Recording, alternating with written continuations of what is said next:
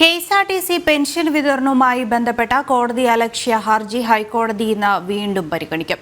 എല്ലാ മാസവും കൃത്യമായി KSRTC പെൻഷൻ വിതരണം നടത്തണമെന്ന ഉത്തരവ് നടപ്പാക്കാത്തതിൽ വിരമിച്ച ജീവനക്കാർ നൽകിയ കോടതിയലക്ഷ്യ ഹർജികളാണ് ഹൈക്കോടതിയുടെ പരിഗണനയിലുള്ളത്. പെൻഷൻ വിതരണത്തിന്റെ നടപടികൾ സർക്കാരും KSRTCയും കോടതിയെ ഇന്ന് അറിയിച്ചേക്കും.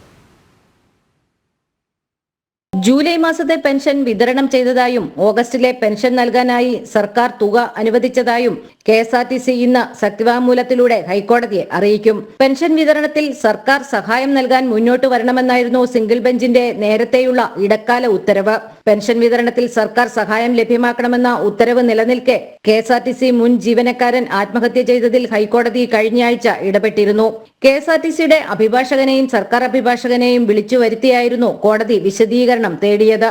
ജൂലൈയിലെയും ഓഗസ്റ്റിലെയും പെൻഷൻ വിതരണത്തിൽ കോടതി നിർദ്ദേശങ്ങൾ പാലിച്ചില്ലെങ്കിൽ ബന്ധപ്പെട്ടവർ നേരിട്ട് ഹാജരാകാൻ ഹൈക്കോടതി കഴിഞ്ഞയാഴ്ച ഉത്തരവിടുകയും ചെയ്തിരുന്നു.